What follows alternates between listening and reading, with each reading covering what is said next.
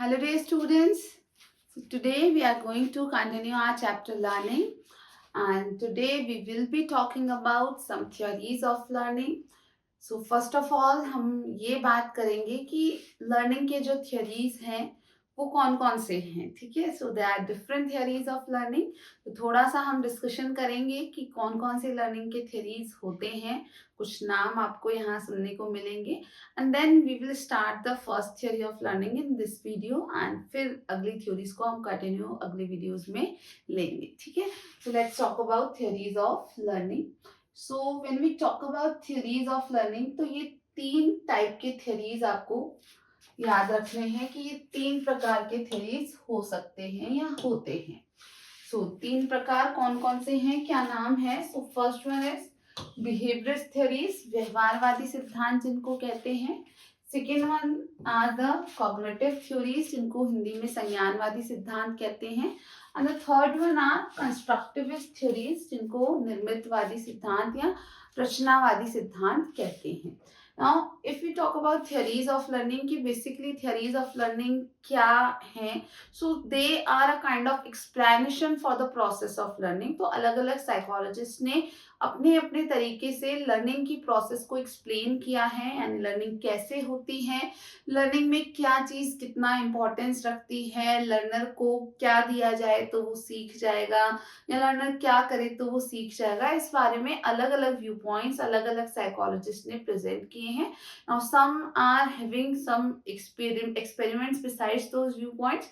कुछ लोगों ने कुछ प्रयोग या एक्सपेरिमेंट करके अपने ये विचार दिए हैं और कुछ लोगों ने बिना कोई एक्सपेरिमेंट करे भी अपने थॉट्स को प्रेजेंट किया है। So we will be discussing some famous theories of learning here.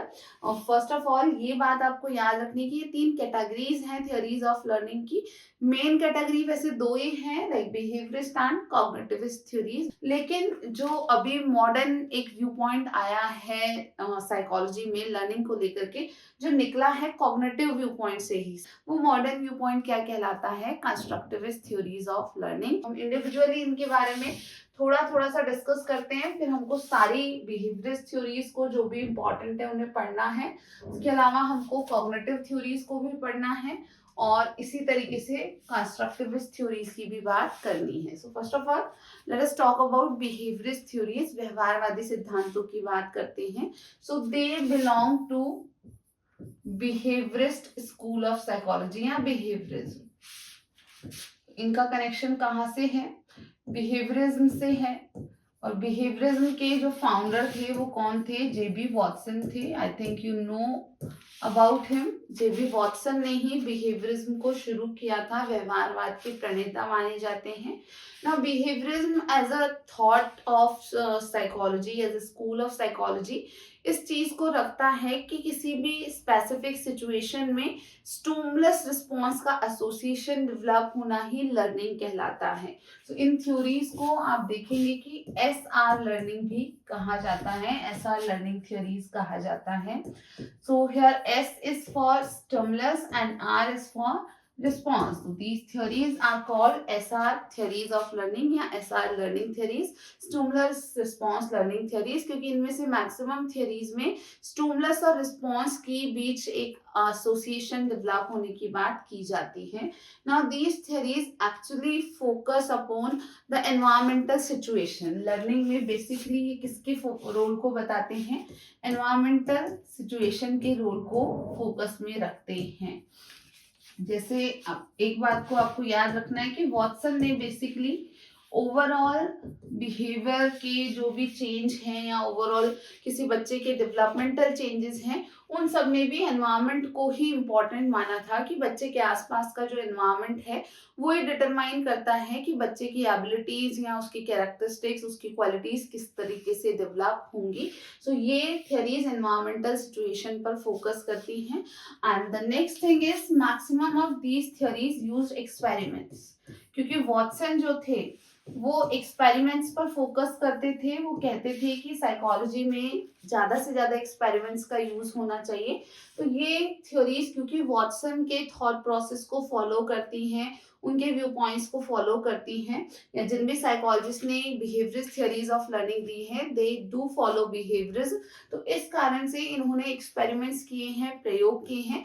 And experiments किन पर किए हैं तो आपको ध्यान रखना है that they conducted experiments on small organism. Small organism का मतलब क्या है, जो इजीली कंट्रोल हो सके, ठीक है ना। छोटे पशु, छोटे जानवर, छोटे प्राणी जैसे चूहा हुआ, डॉग हुआ, पीजन्स हो गए, कैट्स हो गए, तो उनको इजीली कंट्रोल कर सकते हैं ना ह्यूमन बींग्स। तो उन छोटे ऑर्गेनिज्म को एज अ सब्जेक्ट बना के उन पर इन्होंने रिसर्च किया है, एक्सपेरिमेंट किया है, और जो एक्सपेरिमेंट के रिजल्ट्स मिले हैं उनको ह्यूमन बींग के लिए अप्लाई किया है। सो बेसिकली इनका जो हम कहें कि मेजर थॉट है वो यही है कि किसी एक्सपेरिमेंटल सिचुएशन में कोई ऑर्गेनिज्म या कोई एनिमल किस प्रकार से रिस्पॉन्स करता है, यही लर्निंग को एक्सप्लेन करने के लिए काफी है। और जिस प्रकार कोई एनिमल रिस्पॉन्स करता है उसी बेसिस पे हम ह्यूमन के रिस्पॉन्स को भी एक्सप्लेन कर सकते हैं on the basis of these behaviourist theories of learning, ठीक है। अब बिहेवियरिस्ट थ्योरीज के अलावा जो थ्योरीज हैं वो कौन सी हैं, सेकेंड कैटेगरी जो है that is about cognitive theories of learning. ये जो कॉग्निटिव थ्योरीज हैं they basically belong to like cognitivist viewpoint, और हम कहें जो गेस्टाल्ट व्यू पॉइंट है उसका भी यहाँ मेजर कंट्रीब्यूशन माना जाता है। तो संज्ञानवादी सिद्धांत जो है अधिगम के, उनमें गेस्टाल्ट व्यू पॉइंट या गेस्टाल्ट स्कूल ऑफ साइकोलॉजी का बड़ा कंट्रीब्यूशन माना जाता है। Now gestalt school was presented by max वर्दीमर, और उनके साथी कोहलर ने इनसाइट लर्निंग थ्योरी नाम का थ्योरी दिया था। लाइक बिहेवियरिस्ट थ्योरीज में हम बहुत सारे थ्योरीज पढ़ेंगे, अभी मैंने नाम मेंशन नहीं किए, but like few names like Pavlov's classical conditioning, then Thorndike's trial and error learning theory, then Skinner's theory जो operant conditioning कहलाती है, then Guthrie's theory, Hull's reinforcement theory, ये सारे theories जो हैं वो हम behaviorist theories में पढ़ेंगे। Similarly यहाँ cognitivist theories में, इन theories में main focus ये होता है that learning is a cognitive process. So they focus that learning is a cognitive process, और being a cognitive process ये कहते हैं कि ऑर्गेनिज्म की जो थॉट प्रोसेस है वो बहुत इंपॉर्टेंट होती है लर्निंग के लिए। यानी हमारी थॉट प्रोसेस जो है वो थॉट प्रोसेस रिस्पॉन्सिबल है प्रॉपर मैनर में कोई चीज को लर्न करने के लिए।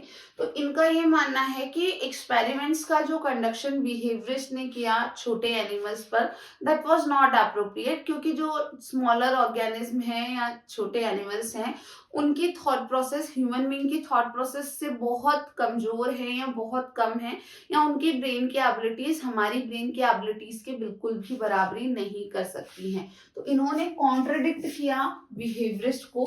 नाउ कॉन्ट्रडिक्टेड बिहेवियरिस्ट किस बात पर, तो मेनली तो इस बात पर कि बिहेवियरिस्ट ने छोटे एनिमल्स पर एक्सपेरिमेंट्स किए थे, और ये जो छोटे एनिमल्स के एक्सपेरिमेंट्स थे ये इनको एक्सेप्टेबल नहीं थे, क्योंकि इनका मानना था that human is having higher cognitive abilities, हम में मनुष्यों में उच्चतर संज्ञानात्मक क्षमताएं होती है, और ये हायर कॉग्निटिव एबिलिटीज उन स्मॉलर एनिमल्स में, स्मॉल ऑर्गेनिज्म में नहीं होती हैं। तो जो एक्सपेरिमेंट उन छोटे ऑर्गेनिज्म पे किए जा रहे हैं वो ह्यूमंस पर अप्लाई नहीं होने चाहिए, ठीक है। इनका व्यू पॉइंट अलग है। एक बात और याद रखनी है that these theories are named as SS theories of learning. So cognitive theories या cognitive field theories भी कहते हैं, and SS theories यानी stimulus theories भी एक नाम है इनका। अब ये stimulus theories क्यों कहा गया है, so you need to remember कि ये theories explain करती हैं कि किसी भी पर्टिकुलर सिचुएशन में ऑर्गेनिज्म के सामने बहुत सारे स्टिमुलस अवेलेबल हैं, कई सारे उद्दीपक उपस्थित होते हैं। उन कई सारे स्टिमुलस को, उनकी रिलेशनशिप को समझना, to understand the relationship of different stimulus, and organising the information into brain results into learning. यानी जब हम कई सारे उद्दीपकों की आपसी जो कनेक्शन है उसको समझ लेते हैं, उस समझ को हम अपने ब्रेन में, मस्तिष्क में एक व्यवस्थित रूप देते हैं, तब लर्निंग का प्रोसेस अपने आप हो जाता है। तो इनका व्यू पॉइंट थोड़ा सा बिहेवियरिस्ट से अलग है। They do not accept the experiments conducted by behaviourist. इन्होंने बिहेवियरिस्ट के, व्यवहारवादी वैज्ञानिकों के जो भी प्रयोग थे, एक्सपेरिमेंट्स थे, उनको स्वीकार ही नहीं किया, क्योंकि वो एक्सपेरिमेंट छोटे एनिमल्स पर किए गए थे। एंड इनका मानना है कि लर्निंग में थॉट प्रोसेस या थिंकिंग बहुत इंपॉर्टेंट है। So they focused over role of thinking in learning. तो थिंकिंग या थॉट प्रोसेस की रोल को अगर किसी ने सबसे ज्यादा इंपॉर्टेंट माना है लर्निंग में, तो वो कॉग्निटिव थ्योरिस्ट ने माना है। नाउ कॉग्निटिव थ्योरीज में we need to learn like Kohler's insight learning theory. After that Lewin's field theory हम कवर करेंगे। ऐसे ही हम इंफॉर्मेशन प्रोसेसिंग थ्योरी कवर करेंगे, तो कुछ थ्योरीज हम यहाँ भी कवर करेंगे। Then we can talk about the third category of theories of learning. That third category is named constructivist theories, निर्मितवादी सिद्धांत कहते हैं। ये एक्चुअल में originated from cognitive view point.